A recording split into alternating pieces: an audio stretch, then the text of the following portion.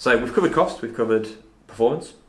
Let's have a look a little bit at availability and why second-hand is not second best on availability. So let's talk supply chain. So a thing happened recently, if you've heard about it, it's called COVID. Yeah, snuck in there. Snuck in there a little bit. In there. And it flagged up some issues in the short term which are likely to become long-term issues. Yeah. One thing that we found out was that the supply chain is not very resilient. Yeah, it's a fragile one, isn't it? It is a fragile one. We were, in the sector that we work in, we were seeing chip shortages at the end of 2019 before COVID hit the US and the EU.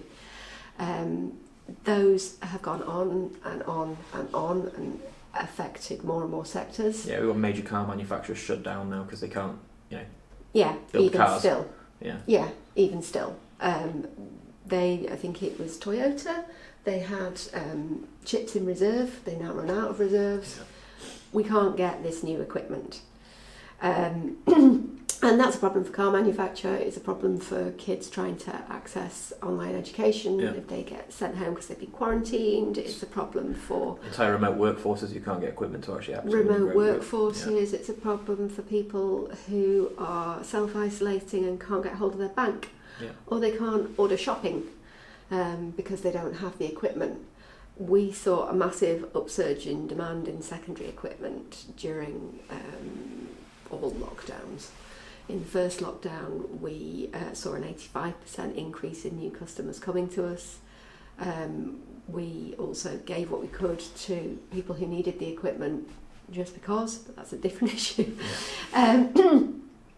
And a lot of them came back to us because those issues around perception, they'd been forced to take the leap. Yeah, right? And once they've made it, you don't really want to step back because why would you pay more for less? Now, following on from that, people are realising, consumers are realising that the supply chains are vulnerable. Governments have got that in sharp focus now.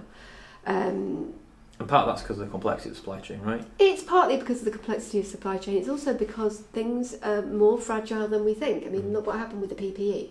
Yeah. This is not it's not simple equipment, but it's not as complex as ICT. Yeah. We couldn't get the supply in. So it's affecting all sorts of things. For ICT, we're looking, yes, as you said, complex supply chain.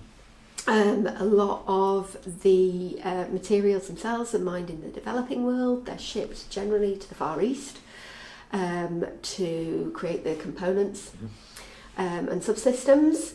So predominantly China, but also places like Thailand and Singapore and other Southeast Asian countries. Then they're shipped for assembly in the US and Europe.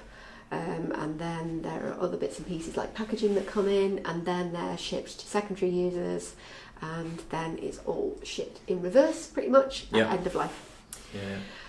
So when we're looking at all of that and we take it down to materials level, we find out that the US government is worried about the availability of these materials. Yeah, and we're talking critical materials here. We are talking critical materials.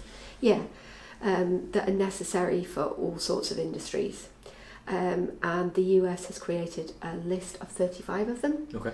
And they're, the driver of this list is basically saying, if it's not available within our borders, then it's a risk because we need it and we can't control that supply chain. And we're looking at this list and we're seeing quite a number of materials that are for ICT. They're also for other industries that are supposed to drag us out of the mess that we're in. So this is for renewable energy and all that sort of stuff, right? Solar panels, wind turbines. The prices on copper have doubled over the past year because they're under increased demand by the policies that have been put in place to try and reduce carbon output. And you're struggling to actually reclaim these as well, right? So we're talking about they're difficult to get hold of in the first instances. They exist outside the borders. They're used in everything that's going to solve our problems, to fix the shortages we've got. And you also can't recover them, especially in ICT, right? No, you can't because of the fact that they're in trace amounts. Yeah. They're in amalgams, and some of them are just basically non-recyclable with current technologies. Yeah. So there are technologies out there, aren't there, that are kind of working towards this, things like bioleaching and things. There's bioleaching, there's pyrolysis it's called, okay. which is sort of like heat without fire, which melts down some of these materials and recovers them. Okay. But we're talking about things that are happening at really small scale. So this is like research level stuff as opposed to commercial viable products, right? Yeah, and when you talk to the people involved, they say, well, that's fine, we can do it, but in order to develop this, we need critical mass. Yeah. And at the moment, they're focusing on gold and high value items at the moment. They're not looking at cobalt economically.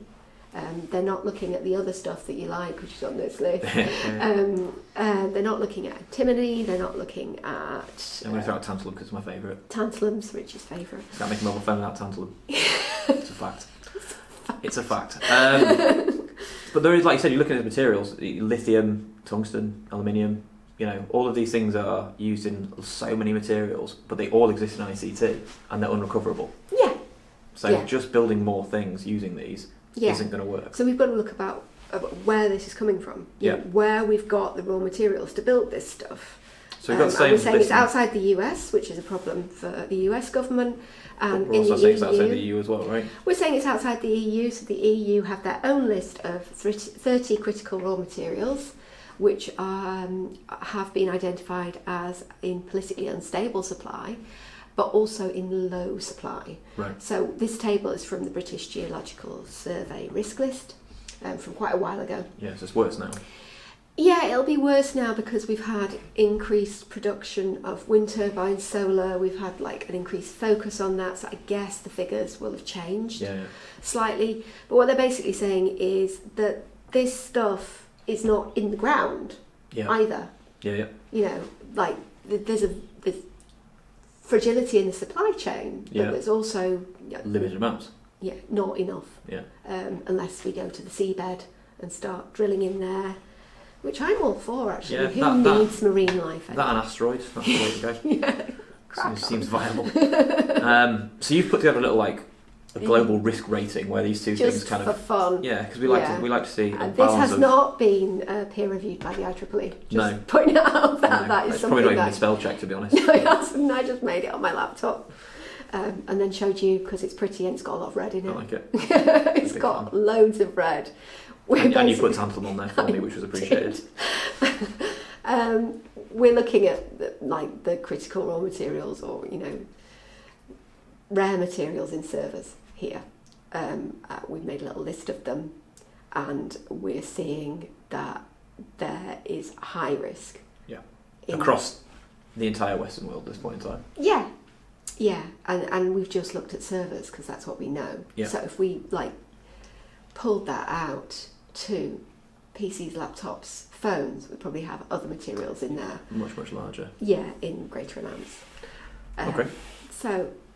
So when we're talking about second-hand not being second best, there's a traditional argument that you would use to a customer, cost performance, now availability. Yeah, it's a critical one. Yeah. We're also talking energy efficiency, waste reduction, environmental impact, ability to create a positive macroeconomic effect. We were talking about the clean jobs earlier on and what that supports around the right to repair. So we're looking at a lot of reasons now. We are looking at a lot of reasons why second-hand is not just not second best. It's actually our optimum solution. Yeah, a preferred choice. Hopefully. Yeah, because it means that we can control what we have, we can make best use of what we have, and we can rely on what we have. Yeah. So what we've got in our ICT stays within reach, and we have viable ways of developing it and making it last longer. Yeah. And all the positive effects that come from extending that useful life.